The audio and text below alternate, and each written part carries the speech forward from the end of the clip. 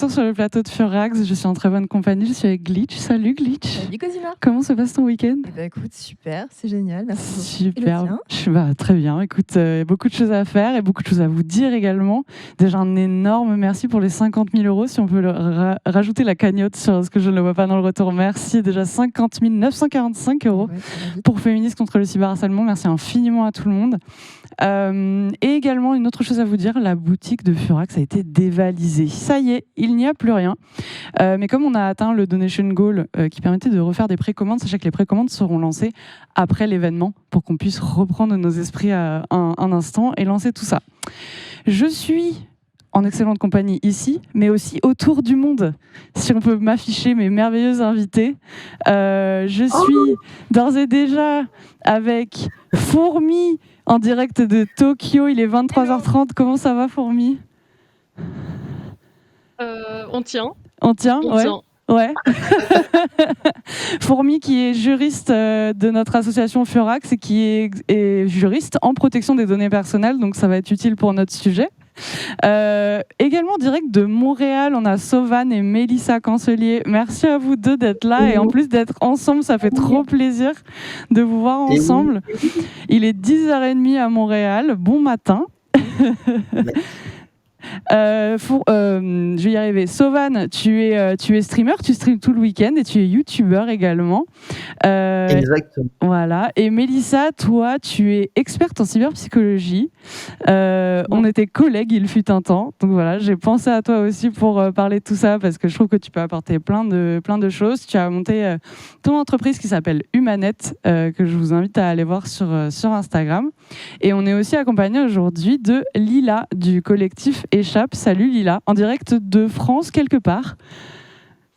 Je suis à Toulouse. C'est ça. Ah, formidable. Ça va, vous nous entendez à Montréal parce qu'on a un micro pour deux. C'est ok, très bien. C'est ok. Tout va bien. Super. Écoutez, merci à tout le monde d'être là. Donc, je vous ai présenté, je ne me suis pas présentée. Peut-être qu'il y a des gens qui n'étaient pas là ce matin quand on buvait le café sur cette chaîne. Je suis Cosima, je gère la communication de Furax, de l'événement et de l'association. Je suis également community manager.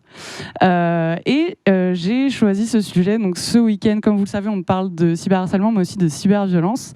Et aujourd'hui, on va parler de la divulgation de données personnelles, également appelée le doxing. J'ai choisi ce sujet parce que c'est quelque chose qui m'est arrivé l'an dernier et je me suis heurtée en fait à beaucoup de gens qui ne savaient pas du tout de quoi il s'agissait, de quoi il retournait, quel risque en fait ça entraînait et du coup voilà, j'ai réuni une belle équipe pour en parler et pour enfin avoir peut-être un contenu pour informer aussi les gens sur ce problème-là.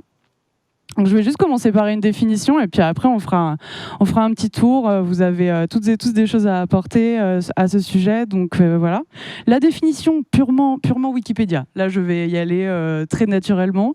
La divulgation de données personnelles, c'est une pratique consistant à rechercher et à divulguer sur Internet des informations sur l'identité et la vie privée d'un individu dans le but de lui nuire.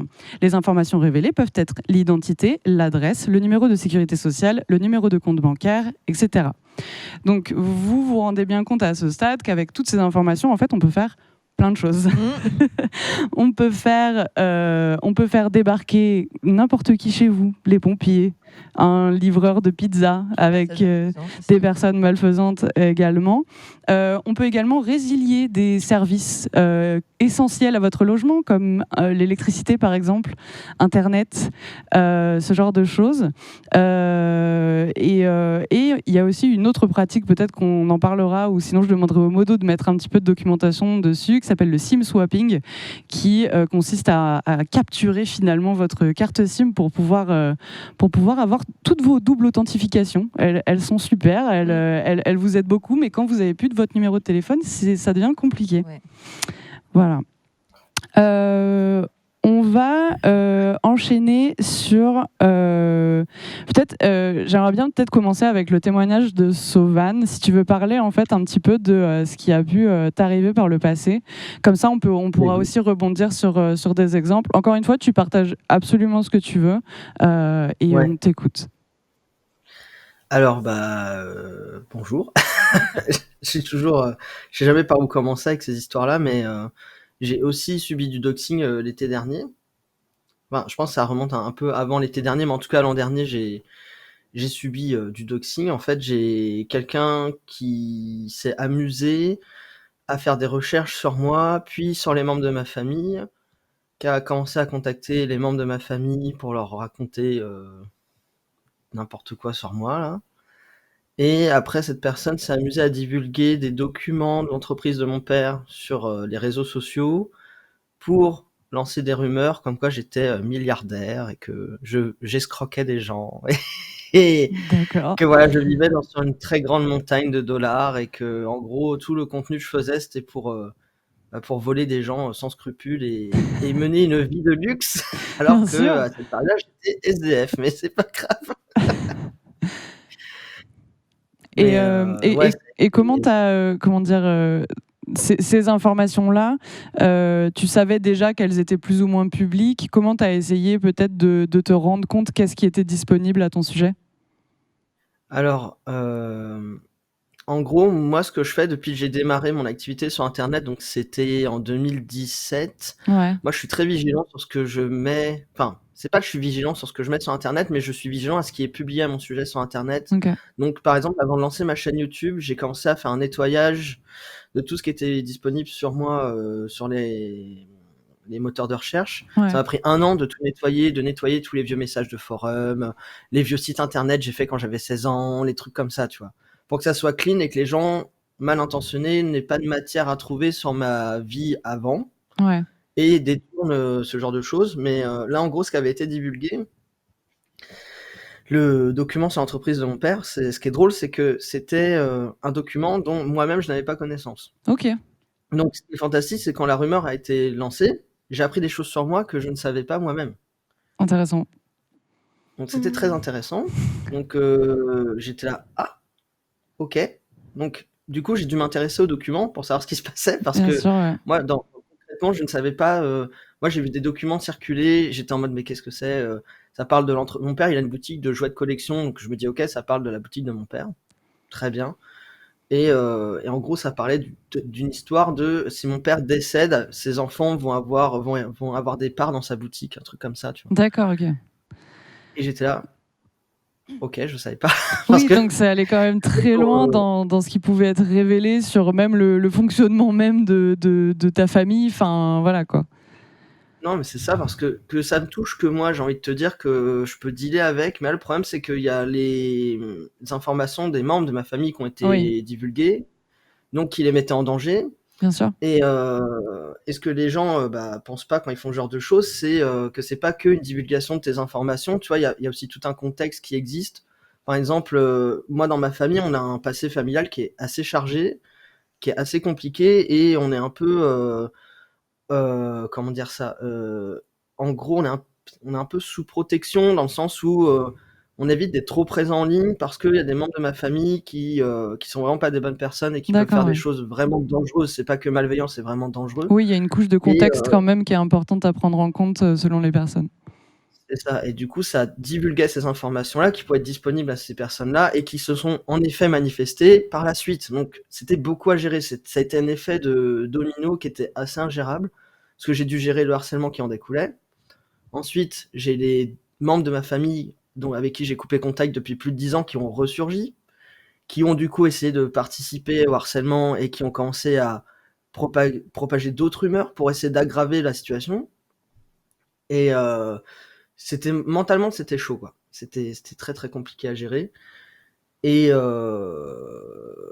du coup, ouais, c'était un peu un traumatisme, on va pas se Oui, mentir, bien mais sûr, mais ça l'est. Personnellement, Ouais, ça l'est. On aura l'occasion d'en Et- reparler. Tu disais que ça t'avait pris quasiment 1 an pour faire disparaître la plupart des données te concernant en ligne. Du coup, je vais m'adresser un petit peu à Fourmi et Lila sur ce sujet. Peut-être Fourmi pour commencer. Fourmi, CNIL fan account finalement, qui va nous parler peut-être de ce qu'on peut faire si on voit aussi une page qui affiche des données personnelles nous concernant et comment les faire disparaître tout simplement. Alors déjà, bonjour, coucou.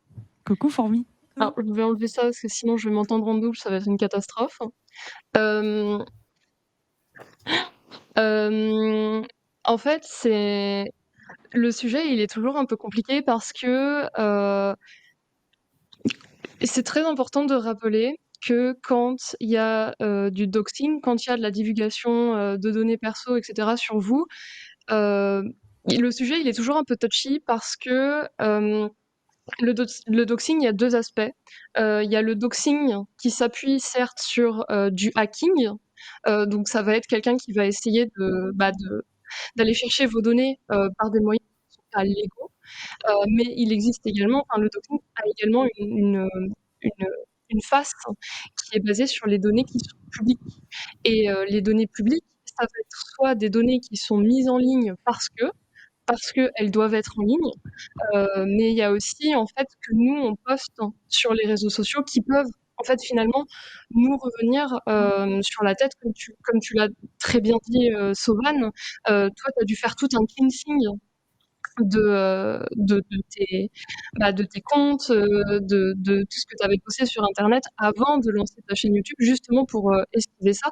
Et enfin c'est une excellente pratique, mais la meilleure de toutes les pratiques en fait, et c'est vraiment pas à but culpabilisateur, c'est juste pour que vous en ayez conscience, c'est en fait de ne pas poster ou de vraiment faire très attention à ce que vous postez. La CNIL justement fait des super fiches, que ce soit pour qui sont adressées notamment à un public plutôt enfant, ado, etc. Sur le site de la CNIL, il y a plein de petites infos pratiques comme ça. Donc ça, c'est la première étape. Mais effectivement, la question qui se pose, c'est une fois que j'ai posté, qu'est-ce que je peux faire? Et là, ça va être... il y a plusieurs étapes.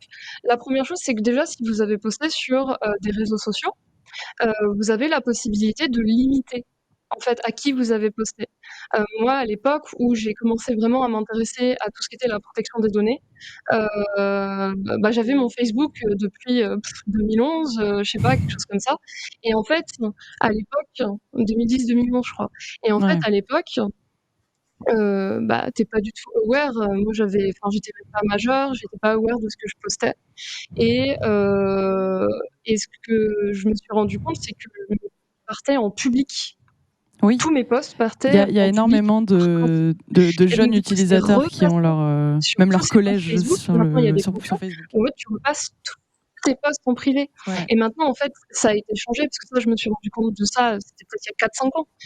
Mais du coup, limiter, c'est faire super attention à cette modération-là des réseaux sociaux. Ouais.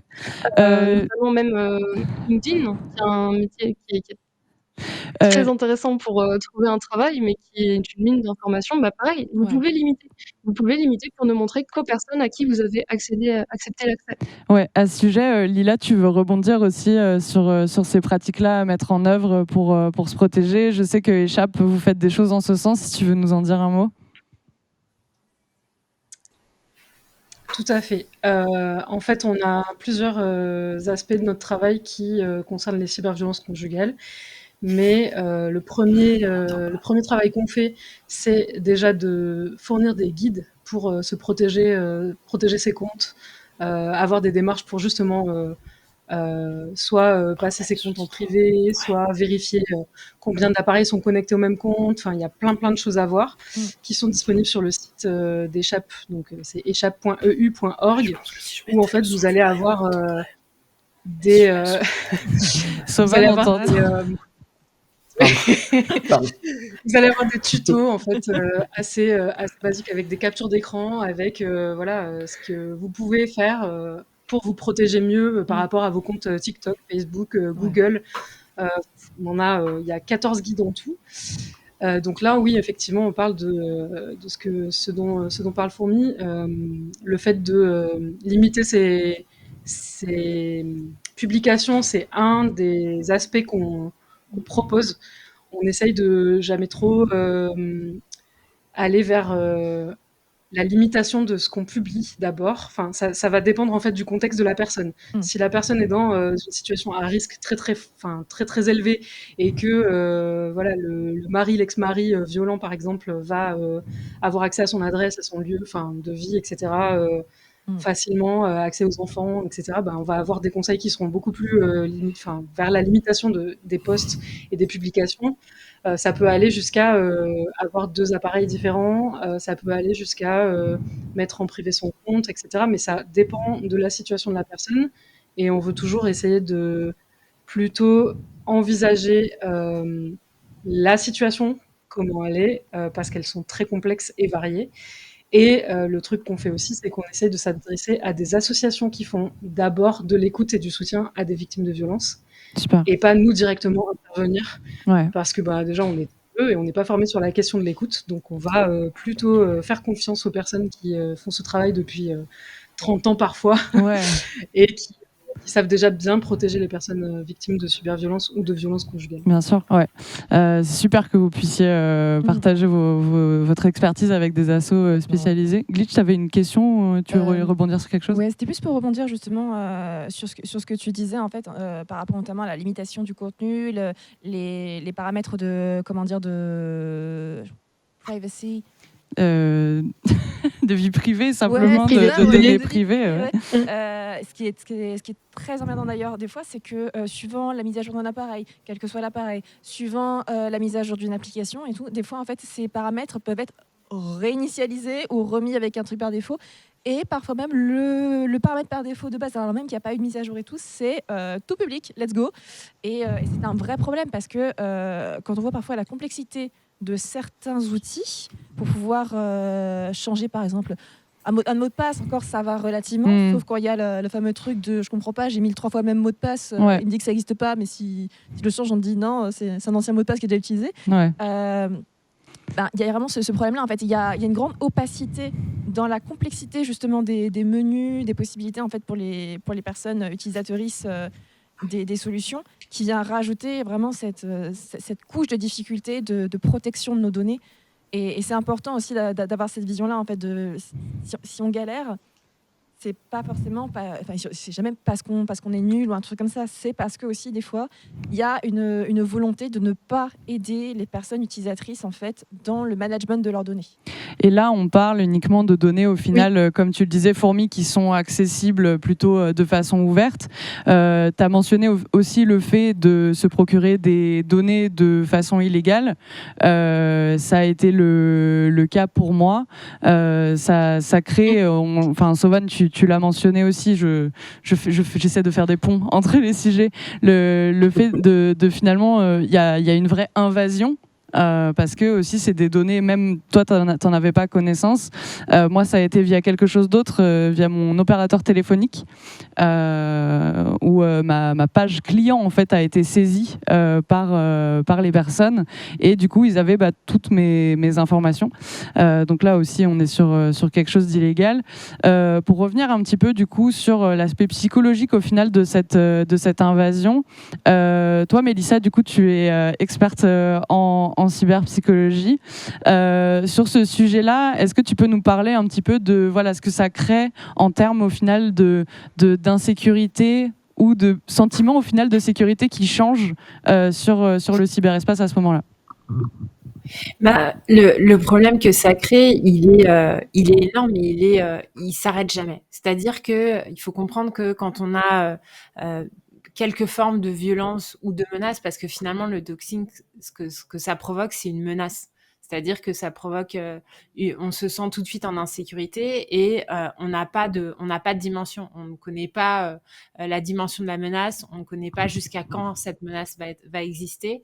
Même quand on nettoie, après, on n'est pas sûr que quelqu'un s'est pas approprié les informations. Et c'est un vrai enjeu qui est, on va dire, largement négligé aujourd'hui. Par rapport, par exemple, au cadre légal qui pourrait venir traiter ça à la hauteur du sujet. Cette insécurité, il faut comprendre qu'il n'y a pas de refuge. C'est-à-dire que c'est pas, par exemple, je vais au travail, je me sens menacée ou en conflit avec certains collègues. Et quand je rentre chez moi, bon bah voilà, je me sens un petit peu mieux. Quand on a une telle violence en ligne, c'est-à-dire quand on a l'impression qu'on est littéralement exposé à des dangers qu'on ne connaît pas, mais donc du coup on ne peut pas diminuer la dimension potentielle, on n'a pas de refuge. Donc c'est H24. Il n'y a pas une seconde où en fait on ne se sent pas en danger. Et donc que ce soit la dimension ou la temporalité, c'est un dommage psychologique qui est énormissime en fait. C'est-à-dire que c'est comme si, par exemple, on se retrouvait dans une ville. Je vais prendre un exemple, mais tout nu, sans vêtements, sans argent, à la portée de toutes les violences. C'est ça qui se passe psychologiquement. Parce qu'en fait, on n'a aucune notion de comment se protéger. On peut essayer de limiter, comme Stéphane, toi tu l'as fait avec le cleansing des données. Mais même en faisant ça, on ne sait pas quel est le risque qui reste et c'est un vrai problème. Donc il y a effectivement des enjeux légaux qui sont pas nécessairement à la hauteur du dommage psychologique. Il faut comprendre que bon, les dommages psychologiques dans le cadre légal, ils paraissent encore, évidemment, ça s'améliore beaucoup avec le temps et tant mieux, mais il faut comprendre que là, on a deux dimensions qui vont quand même agir sur une certaine négligence de la part de la population en général, bien que ce soit pas intentionnel. C'est le fait que ça se passe dans le numérique. Donc, qui dit numérique dit abstrait, finalement, c'est cool. On croit qu'on est anonyme, on croit que c'est éphémère, alors qu'en fait, c'est tout l'inverse. Pareil, c'était intéressant aussi votre partage, Lila et Fourmi, sur les questions de confidentialité, parce que oui, par défaut, on a un biais qui fait que, par conformisme, puisque tout le monde partage, c'est que ça doit pas être si grave. C'est ça, oui. Et que ce soit les entreprises ou les individus, on fait pas nécessairement la publicité du fait qu'on ait eu des données qui étaient volées. On ne fait pas nécessairement la publicité de ça. Oui, on a tendance plus à partager ce qu'on a de positif par rapport à nous. Et donc, on va dire l'impact que peut avoir le doxing sur les gens, il n'est pas nécessairement visible. Et ce qui est tout à votre honneur, du coup, de pouvoir en parler aujourd'hui. Donc, il y a vraiment tout un dommage. Déjà, comme c'est numérique, c'est pas très grave. Comme c'est psychologique, c'est abstrait. Et donc, en fait, on ne comprend pas l'enjeu. Mais quand on regarde vraiment comment ça se passe au niveau de l'individu, c'est comme s'il n'y avait pas de limite sur une menace potentielle, ni en temps, ni en nature, ni en dimension. Donc, c'est énormissime. Alors qu'il y a vraiment un sentiment de dépossession. Et c'est justement, je trouvais que ton allégorie, justement, de se retrouver nu, sans ses vêtements, sans défense, en fait. Il y a vraiment une sensation de dépossession. Et on ne parle même pas encore de vol d'identité, quoi. Oui, non, même pas de vol. C'est juste on ne l'a plus, en fait. Voilà, on n'a plus rien, en fait. On n'a plus derrière, on n'a plus rien pour se protéger. Et en plus, oui, il y a quand même cette nonchalance encore par rapport au contenu sur Internet, où on pense en fait, que c'est juste Internet, que c'est le fun et tout. Mais non, et non, le en fait, conformisme, en effet. C'est ça, quoi. Et au final, voilà. on trouve parfois aussi face à des gens, et c'est ce que tu m'expliquais aussi, qui ne comprennent pas la gravité de ce qui est vécu et qui, du coup, soit n'apportent pas l'aide nécessaire, soit même viennent encore plus dans la balance, même si c'est involontaire. Oui, ils viennent un peu aggraver parce que en effet, on se rend pas compte tant qu'on l'a pas vécu, je pense. Et il y a même quelque chose d'assez pervers. Moi, je me souviens à un moment m'être dit, je crois que je suis soulagée parce que de toute façon, qu'est-ce qui peut m'arriver d'autre maintenant que c'est dehors. Enfin, on arrive à ces extrémités-là où je me suis dit, de toute façon, je peux rien faire parce que c'est déjà dans la nature, en fait. Donc, qu'est-ce qu'on fait à ce stade-là ? Et Mélissa, tu parlais aussi du cadre légal. Je pense qu'on va le rappeler, en tout cas pour la France. Il y a un article du Code pénal qui est rentré en 2021. Fourmi, si tu l'as sous la main, c'est à toi. C'est ton moment amendement. Non, mais... C'est ton moment amendement. C'est pour toi. Shine. Alors, c'est pas C'est pas tant, en fait, c'est pas tant même de parler ah, ça y est, je m'entends plus en écho, donc je peux vous entendre si vous répondez. Nice. Effectivement, il y a l'article 223-1-1 du Code pénal depuis 26 août 2021. Je lis les petites fichettes que tu m'as fait, Les c'est trop fichettes. gentil. Voilà, qui était suite au Non, mais l'histoire. bouge pas. Samuel Paty, qui y avait eu en fait des fuites de données, mais en fait même, enfin, outre cet aspect pénal, il y a, enfin, donc c'est répressif, c'est-à-dire que quand les données sortent et quand c'est quelqu'un qui les a fait sortir, quelqu'un qui va les utiliser contre vous, ça veut dire qu'il y a un aspect répressif, donc c'est-à-dire que c'est interdit entre guillemets, et donc c'est là où en fait il va y avoir cet aspect-là qui est pénal, qui est répressif, c'est-à-dire que l'on peut porter plainte pour ester ses droits en justice, donc aller en justice pour faire respecter ses droits. Mais il y a aussi un aspect juridique qui, là, donc au niveau européen, le fameux RGPD, le fameux Règlement général de protection des données, voilà, qui a pour but, je vais nuancer derrière, qui a pour but en fait de rendre tout citoyen, tout individu, toute personne physique maître de ces données. Je nuance après. Nous, donc du coup, ça a été remis, ça a été transposé en France dans la loi informatique et liberté. Et en fait, le but de cette loi-là, le but de ce règlement-là, c'est qu'en fait, on peut faire la demande, on peut faire des demandes de suppression, de modification, Normalement, le but de cette loi, c'est vraiment qu'on reprenne la main sur nos données. Et ça, c'est vraiment, c'est une volonté magnifique du législateur européen et du législateur français. Et c'est vrai que dans certains aspects, ça peut être très pratique. Donc, tu peux effectivement faire du droit au déréférencement. Ça, c'est un autre droit, c'est le droit à l'oubli. Tu peux demander en fait à supprimer des choses aux hébergeurs, aux éditeurs de tous les sites où tu as laissé tes données et ou des données qui te concernent. Oui. Sauf qu'en fait, comme tu le mentionnais très bien tout à l'heure, je crois que c'était même Cosima et Glitch, c'est que cette façon-là de mettre la main sur nos données, je vais prononcer le mot, dans un monde capitaliste, Allez, où nos on données a le droit de le personnelles, dire celui-là. Hein. Voilà, dans un monde capitaliste où nos données personnelles, c'est vraiment de l'or. C'est ce qui permet en fait à beaucoup d'entreprises de se rémunérer, tout ce qui est marketing, tout ce qui est pub, mais encore beaucoup plus même que ce que vous pensez, ce que vous pouvez imaginer. Ça va devenir compliqué d'avoir vraiment la main sur ces données pour plein de raisons. On peut donner les exemples des cookie walls. Si vous allez sur un certain site, sur un des leaders français que je vais pas citer là, tu peux pas accéder au contenu du site. Voilà, c'est qui a beaucoup de sites français, mais tu peux pas accéder au contenu du site si tu n'acceptes pas les cookies. Et ça, déjà, même dans la jurisprudence européenne, il y a beaucoup de pays qui considèrent que c'est illégal. D'accord. C'est-à-dire que quelle est la valeur de ta donnée, ce genre de truc. Et en fait, t'as plein de sujets comme ça où en fait, t'es censé avoir la main sur tes données. Et quand tu vas demander à les supprimer, tu vas te contrer soit à des dark patterns, soit des dark patterns où ça va être super dur d'essayer de supprimer tes données, soit tu vas tomber sur des entreprises en fait qui ne sont pas matures. Ça existe. Beaucoup d'entreprises ne sont pas matures en protection des données personnelles. Et donc, du coup, quand on voit un mail, tu dis, j'aimerais supprimer mes données personnelles. Elles sont en mode genre, non.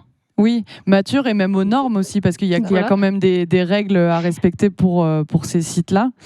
Non, mais même c'est même le niveau au-dessus, c'est qu'il y a des entreprises qui ont l'impression d'être aware et qui ont l'impression de faire des bonnes choses, mais qui, par exemple, alors, petit tips comme ça, quand vous demandez à supprimer des données, vous devez effectivement vous identifier, mais vous n'avez pas à donner votre carte d'identité ou votre passeport à des entreprises qui le demandent. C'est illégal. Ah, bon En à tout cas en savoir, France. parce que ça a pu m'arriver. C'est illégal. Ouais. Il y en a eu C'est beaucoup, hein, pourtant. illégal Ouais. et il y a beaucoup d'entreprises qui font ça en fait, qui disent OK, envoyez votre carte d'identité qui est quand même un niveau au-dessus C'est des ça. données Oui, ouais, tout à fait. Avec perso. un numéro qui est unique, etc. Lila, tu veux rebondir Voilà, un petit donc peu sur tout ça s'il y a des choses, en tout cas dans les guides de Échappe qui concernent ces sujets de l'égalité aussi. Ah, il y a Mélissa qui veut. Vas-y. je crois qu'il y a même. Vas-y. Alors. Oui, en fait, vas-y.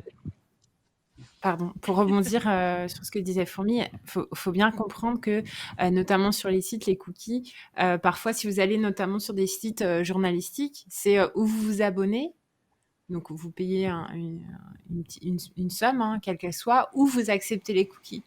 Donc, je pense que c'est important de de pouvoir quand même prendre cet exemple-là pour comprendre que les cookies, ça représente de l'argent, en fait.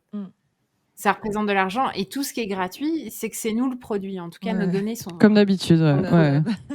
Le bon Exactement. adage. Le bon adage. Exactement. Et aujourd'hui, oui, c'est bien, c'est confortable. On n'a pas, ça prend du temps de mettre des mots de passe, de mettre son login, etc. Ça prend du temps, donc on a tendance à pas le faire, à se dire c'est pas grave, je vais loguer à travers mon email et mon compte Facebook, etc. Mais tout ça, en fait, offre l'opportunité de donner accès à de plus en plus de données, à de plus en plus d'entités. Et c'est important d'éduquer, de pouvoir en tout cas sensibiliser les gens là-dessus. Et faut comprendre que il y a même des pays, je pense par exemple, je crois que c'est au Chili, où en fait il y a des forfaits mobiles qui sont, parce que les forfaits mobiles sont très chers par rapport au niveau de vie de la population. Et il y a des forfaits mobiles, en fait, en passant par Facebook, du coup, ça devient abordable.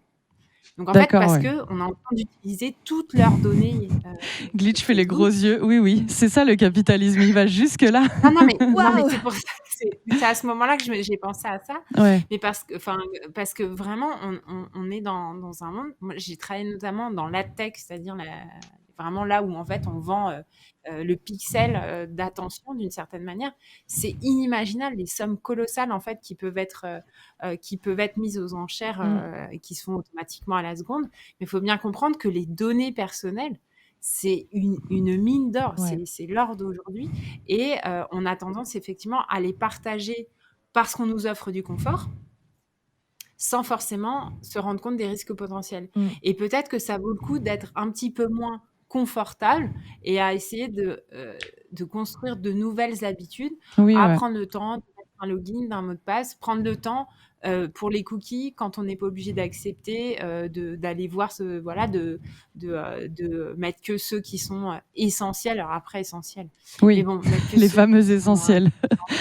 L'essentiel, c'est relatif, hein, c'est quand même essentiel pendant la pandémie. Ouais. Donc voilà, donc c'est important d'aller voir, mais vraiment, on n'imagine pas en fait tout ce qui peut se passer pour aller chercher nos données, à quel point nos données ont de la valeur et pas que pour nous. C'est ça le problème. Voilà, mais ça fait partie en fait au final de tout un package à prendre en compte dans notre vie cyber finalement. Et sur ça, je voulais te donner la parole, Glitch, sur le fait aussi de avoir une espèce d'approche pour se protéger, et notamment en tant que créatrice de contenu aussi, parce qu'on en a ce week-end, on sait qu'il y en a qui nous regardent, et même sans être créatrice de contenu trop visible, ça peut être aussi des bonnes pratiques à mettre en œuvre, juste si vous êtes actif sur Internet d'une façon ou d'une autre, si vous postez des photos, si vous aimez tweeter, que sais-je. En tout cas, voilà. Déjà, je voudrais revenir un petit peu sur les cookies. Déjà, je trouve que c'était un sujet très intéressant, déjà parce qu'il y a une opacité très importante sur... déjà, on parle des cookies essentiels. Déjà, essentiels aux yeux de qui? Aux yeux du capitalisme, Glitch. Ah non, mais je suis con aussi. Mais attends, tu peux pas me prévenir avant. Oui. Mais par exemple, déjà, oui, c'est essentiel aux yeux de qui? Sous quelle légitimité? Et même quand on a juste les essentiels qu'on peut même pas contourner, je veux dire, je veux juste regarder le Sauf si tu payes. Ah, c'était donc cela. Ça alors, c'est vachement malin. Oui. J'ai envie de cogiter. C'est bien fait. Mais par exemple aussi, oui, il y a cette opacité, même quand on a le choix d'aller faire du refus ou ce genre de choses, ou bien des boutons qui se ressemblent énormément, dont l'interface graphique justement vont nous faire accepter des trucs qu'on voulait refuser. Et un truc que je trouve encore plus fourbe, c'est que face parfois aussi à une montée de la méfiance parfaitement légitime des utilisatrices du net, qu'on vienne mettre des petits trucs mignons, genre oui, on utilise des cookies, mais passez au chocolat. Oui, voilà. Le rendre, Mais d'ailleurs, rendre mignon la réglementation. Vas-y, je peux Fourmi. intervenir Vas-y. sur ce sujet. Pour vous dire à quel point c'est une histoire d'entreprise, c'est que en France, on est un des 27 pays de l'Union européenne où nos guidelines sur nos lignes directrices au niveau de la CNIL sont les plus poussées. Et justement, ces cookies essentiels sont décrits techniquement. Il y a des catégories dans lesquelles, en fait, on considère que c'est des cookies essentiels. Et en fait, les sites ne sont pas censés sortir de ces catégories-là. Et en fait, c'est pour vous dire à quel point les entreprises, genre vraiment, je suis désolée d'ouvrir des portes ouvertes, mais les entreprises sont là pour pomper vos données. C'est-à-dire que tout ce qui est les cookie walls, tout ce qui est les énormes... En fait, quand vous arrivez sur un site et qu'il y a des pop-up de partout, de machins, de trucs, et que les utilisateurs se plaignent en disant « Ouais, il y a trop de pop-up... l'interface utilisateur est trop naze et tout ça, et en fait les entreprises vont dire mais tout ça c'est la faute du RGPD, tout ça c'est la faute Ça du a règlement vraiment été présenté comme e-privacy, ça, ouais. c'est la faute des guidelines cookies de la CNIL, alors que ce n'est pas vrai, parce que le point fondamental de ces trois textes que je vous ai cités, c'est la transparence de l'utilisateur, mais surtout la simplicité.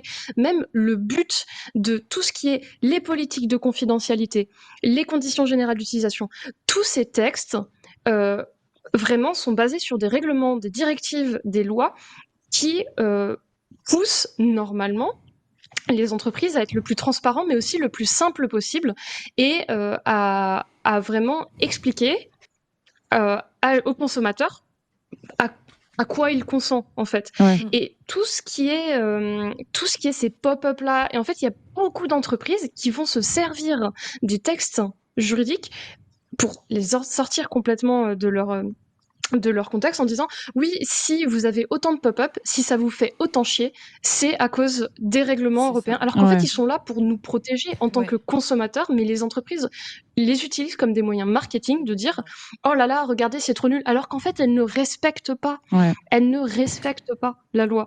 Et elles retournent complètement le truc pour récupérer, pour que tout le monde clique sur le j'accepte. Sachant que, C'est déjà par évidemment, défaut. les dark patterns, dans les guidelines de la CNIL, les dark patterns, 1, 2, 3, les dark patterns sont illégales.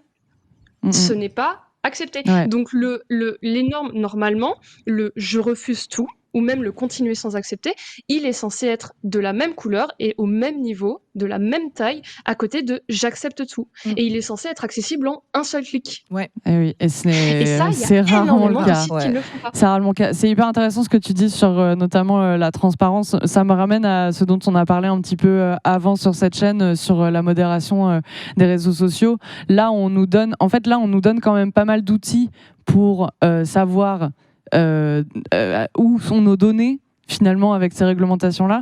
Toi, Sauvan, est-ce que des fois tu regardes les textes maintenant, ou est-ce que tu as une espèce d'attention particulière vis-à-vis de ton identité en ligne, que ce soit avant le doxing qui t'est arrivé ou après? Est-ce que ça a changé ta façon de je sais pas, souscrire à un nouveau service, Ton regard sur ouvrir un nouveau compte sur une plateforme, etc. Alors ouais, ça a changé un peu ma façon de m'inscrire, là, comme tu disais, d'aller sur les sites, de voir les cookies. Maintenant, je fais plus juste accepter, j'essaie de voir si je peux refuser. Mais ce qui a surtout changé dans mon utilisation d'Internet et tout ça, c'est que tu sais, je suis créateur de contenu en ligne depuis quelques années maintenant. Ouais. Et après ce qui s'est passé là, l'été dernier, le harcèlement de masse que j'ai subi, en fait, j'ose plus publier autant de choses qu'avant. Donc j'ai un peu comment dire ça, j'ai un peu mis à mort mon contenu. Ouais. Je sais pas comment le dire autrement, mais en gros, j'ose plus publier sur YouTube, j'ose plus faire trop de live, Ouais. j'ose plus tweeter, j'ose plus rien mettre sur Instagram. Tu j'ose te plus faire de restreins stories. vraiment pour te protéger, quoi. Ouais. En fait, j'ai vraiment peur de ce que je peux publier, parce que ce qui était c'est un peu, enfin, je suis pas d'accord avec ce que je vais dire. Très bien d'office. C'est un peu de ma faute.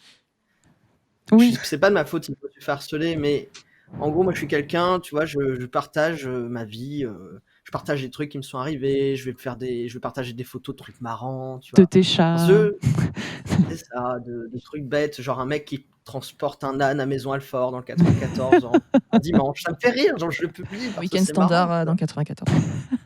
Ça. Et en fait, ça m'a fait du mal parce que je suis quelqu'un de très naïf aussi. Et ça m'a fait du mal de voir que tout ce que j'ai pu publier depuis des années, on me l'a Ouais, retourné contre moi, en fait. ouais, Et, c'est ce que je disais au début, c'est qu'autant quand on m'attaque moi, on va dire, je vais tanker l'attaque. ouais. Ça me fait du mal, ça me met dans un état de stress incroyable. Mais en fait, quand ça dépasse mon cadre à moi et qu'on va attaquer mes proches, là, je peux plus gérer mentalement, c'est trop. Ouais. Et il y a un truc que j'ai oublié de mentionner tout à l'heure quand je vous parlais un peu de ce qui m'est arrivé. En fait, la personne qui me harcèle là, depuis plusieurs années et qui s'amuse à divulguer régulièrement des informations qu'elle trouve, en fait, elle m'a out auprès de mon père. Ouais. En fait, moi, je suis un homme transgenre. Et avant que je prévienne ma famille que j'allais transitionner, c'est elle qui a fait un mail pour le dire à mon père, à son travail. C'est d'autant plus grave du coup. Ouais. Alors qu'elle n'a pas le contexte, en fait. En plus, ouais. C'est que mon père, c'est quelqu'un de très cool et il était un peu étonné, mais on en a parlé, tout s'est bien passé, heureusement. Mais dans un autre cadre, Ça je aurait sais pu pas, être j'aurais pu extrêmement avoir des dangereux. parents violents ou Ouais. transphobes. Ou... Elle sait pas, cette personne, ce qui aurait pu se passer. Je pense qu'elle s'en fout en vrai, mais je trouve ça tellement grave en fait de faire ça. Enfin, il y a tellement de jeunes, des moins jeunes qui sont encore tués pour ces raisons-là, quoi. Enfin, c'est ça me dépasse un peu, quoi. Ouais. Et ouais, c'est parce que j'en parlais sur Twitter majoritairement parce que c'est là où je trouvais le plus de ressources et de soutien pour ma transition sociale déjà. Ouais. Et en fait, cette personne a suivi et compilé ces données-là pour ensuite les balancer à ma famille, quoi. Et ça, j'étais... Oui, c'est trop, voilà. c'est trop. On va bientôt manquer de temps, donc je vais un petit peu distribuer la parole pour des mots de la fin. Lila, est-ce que tu veux rebondir sur certaines choses qui ont été évoquées, et notamment par rapport à ce que vous faites du côté de Échappe? Déjà, je voulais faire la distinction entre ce qui peut être considéré comme la vie privée et les cyberviolences. Ouais. Enfin, c'est relié très très fortement, mais on a beaucoup parlé des entreprises qui volent en fait nos données, oui, parce qu'en fait, concrètement, en fait, on ne consent pas quand le consentement n'est pas éclairé. C'est ce qu'on a dit tout à l'heure. Il n'y a pas de transparence. Tout est, on a des dark patterns, ce qui est difficile on se dit ah oui, on va cliquer sur ce truc et puis c'est bon, ça va être réglé. Puis en fait, pas du tout. C'est un truc qui nous abonne à je sais pas quoi. Enfin bref, tout ça c'est une catégorie des dangers qu'il y a par rapport au capitalisme, aux entreprises qui nous volent nos données, etc. Qui le font par intérêt financier principalement. En fait, c'est pas une personne qui veut nous nuire pour détruire notre vie, etc.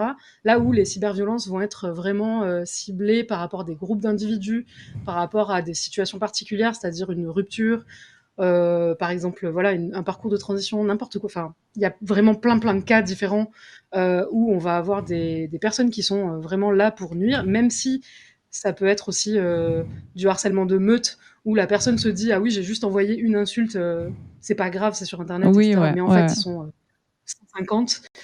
Tout ça, c'est dans le but de nuire à une personne. Donc je voulais un petit peu vite fait faire la distinction entre les deux, qui sont deux sujets qui sont hyper importants. Je voulais aussi revenir sur la question de la confiance parce que c'est un sujet qui est quand même très très très crucial. C'est-à-dire que donc il y a ce manque de transparence de la part des entreprises qu'on utilise potentiellement tous les jours, des appareils qu'on utilise tous les jours, et on est perdu face à la technologie qu'on a entre les mains, qui est censée être un outil qu'on voudrait émancipateur, et qui finalement va nous rendre dépendants en fait. dans notre quotidien, Oui, ouais. dans notre intimité. Ouais. Nous rendre dépendants parce qu'on va rester connecté H24, on va vouloir consommer du contenu, etc. Mais aussi est un vecteur de violence comme n'importe quelle autre plateforme ou média, mais même je veux dire, Espace, le patriarcat ne s'arrête pas oui. à la rue. Il rentre aussi dans les espaces virtuels. Et comme je l'ai entendu aussi tout à l'heure sur une autre table ronde, la vie virtuelle n'est pas, il n'y a pas le réel et le pas réel, en C'est fait, pas ça ne décorrélé, s'arrête hein. pas. C'est pas décorrélé, ouais. Comme Mélissa l'a dit tout à l'heure aussi, ouais. Et surtout, Exactement. le Et doxing a des véritables conséquences aussi dans la vie réelle, encore plus. tout à fait. Bien sûr, ouais, on parlait de l'aspect psychologique. Mélissa, est-ce que tu veux nous faire aussi ton petit mot de la fin sur ce sujet-là? Oui, je pense que comme ça vient d'être dit, en fait, non, c'est pas que la vie en ligne, elle est irréelle, ça peut être un accélérateur, pardon, surtout de la vie réelle, donc qui va donner une dimension exponentielle à énormément de dynamiques de la vie réelle, que ce soit le risque, que ce soit la violence. Et je voulais aussi rajouter, non, Sohan, c'est pas de ta faute. Non. Parce que non, parce qu'en fait, encore une fois, par design, et c'était très bien énoncé aussi par Fourmi, mais typiquement, on a des interfaces qui sont extrêmement intuitives pour commander sur Amazon. Les terms and conditions, c'est toujours terms and conditions, c'est toujours des petits textes horribles. Donc, s'il y avait une volonté de nous apprendre en fait ce qu'on faisait de nos données, vous inquiétez pas, on saurait le faire en termes de design, et la volonté n'est pas là. Je l'ai vécu, j'ai parfois été témoin de ça aussi dans le milieu professionnel, et c'est super triste parce qu'en fait, en parallèle, même si l'intention, et comme le disait Lila, n'est pas de nuire à la personne, il y a quand même des risques parce que on n'apprend pas à aller en ligne. On nous prépare jamais à aller en ligne. Non, c'est vrai.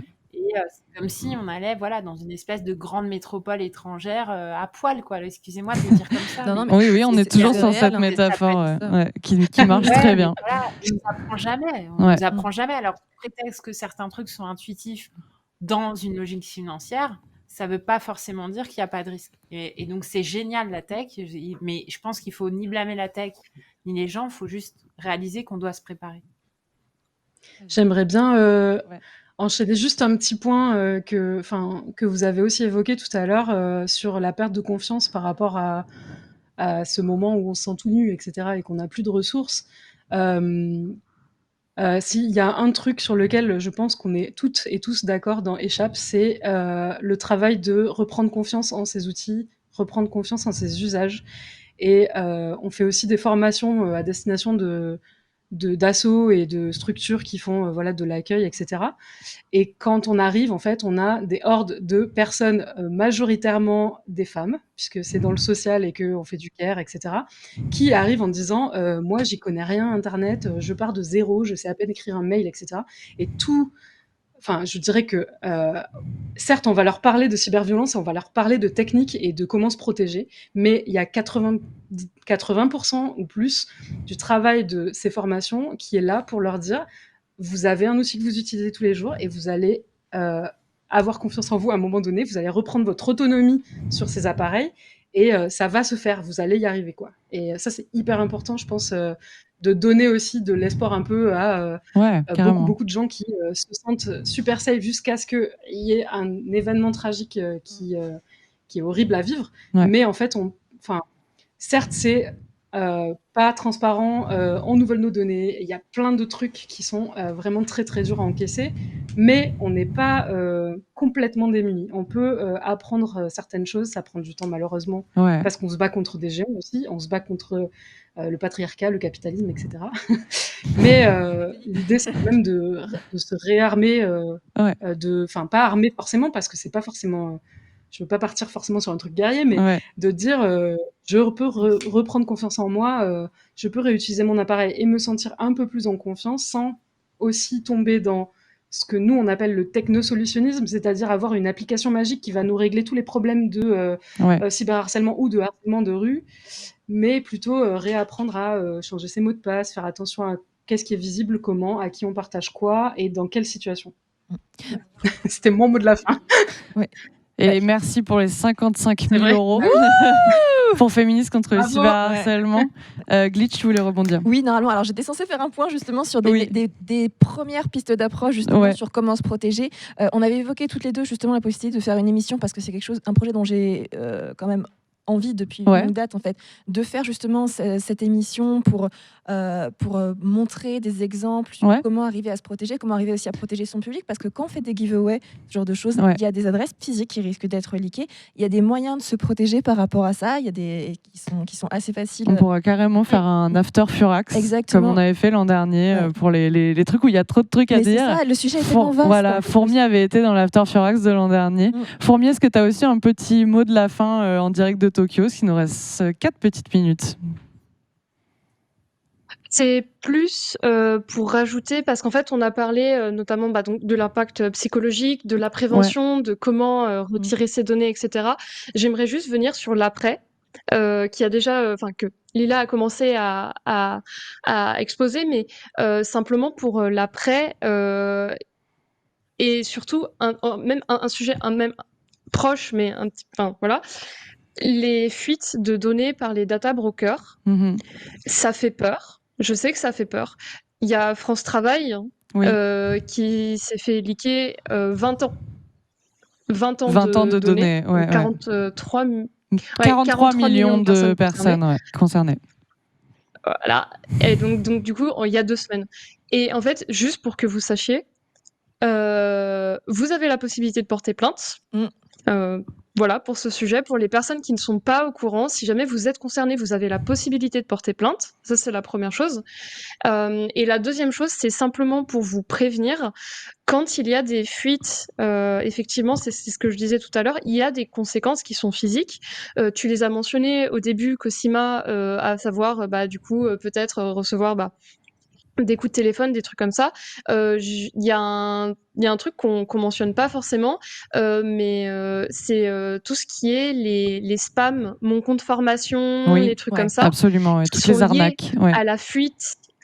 Voilà, toutes les arnaques, faites super attention. Quand vous savez que vous êtes concerné par une fuite de données, faites super attention à tout ce qui va arriver sur vos téléphones, vos ordinateurs, que ce soit par mail, que ce soit par numéro de téléphone. Parce que si, par exemple, il y a le numéro de sécu, on rappelle ici que le numéro de sécu, il est privé. Personne ne doit connaître votre numéro de sécu, à part pour des raisons de travail, par exemple, ou de santé. Mais le numéro de sécu permet de faire beaucoup de choses. Dont toutes les arnaques, les arnaques au compte CPF, etc. Donc vraiment, une des choses principales en post-fuite de données, faites très attention à ce que vous recevez. Restez bien vigilant. De manière générale, soyez vigilant, mais surtout, après une fuite de données, soyez très vigilant à tout ce qui arrive, tout ce pourquoi vous êtes sollicité derrière, parce que ça peut y être lié. Voilà, c'est ça que je voulais surtout passer comme message. Excellent point de fin. Tu as un mini truc à ajouter. Tu as 30 secondes. Oula. Il y a aussi un truc que vous pouvez faire aussi, parce qu'on parle beaucoup justement de ces données qu'on voit en ligne. Un des trucs qui contient aussi énormément de données sur vos habitudes, c'est vos cartes de fidélité et les comptes de fidélité dans les boutiques.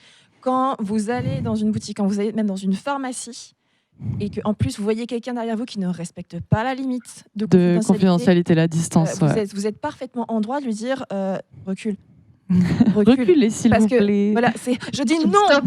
Je dis non aux gens qui me collent. Stop. C'est ça. Mais en vrai, par exemple, oui, en fait, quand littéralement la personne qui va être en caisse va rappeler toutes vos coordonnées, vous savez pas derrière qui écoute. Vous ne savez pas. Et le truc, en fait, c'est que déjà, moi j'ai une politique, c'est moins aujourd'hui je me porte. Oui, moins déjà, j'ai pas envie de recevoir les coupons et tout le bazar dans ma boîte aux lettres. Déjà, ça m'énerve. Première chose. Et il y a déjà notre téléphone et ou l'adresse mail. C'est déjà beaucoup, parce qu'en plus on va rappeler votre nom de famille, votre prénom, et à partir de ça, tu le disais, on peut déjà avoir beaucoup d'informations. C'est énorme en fait.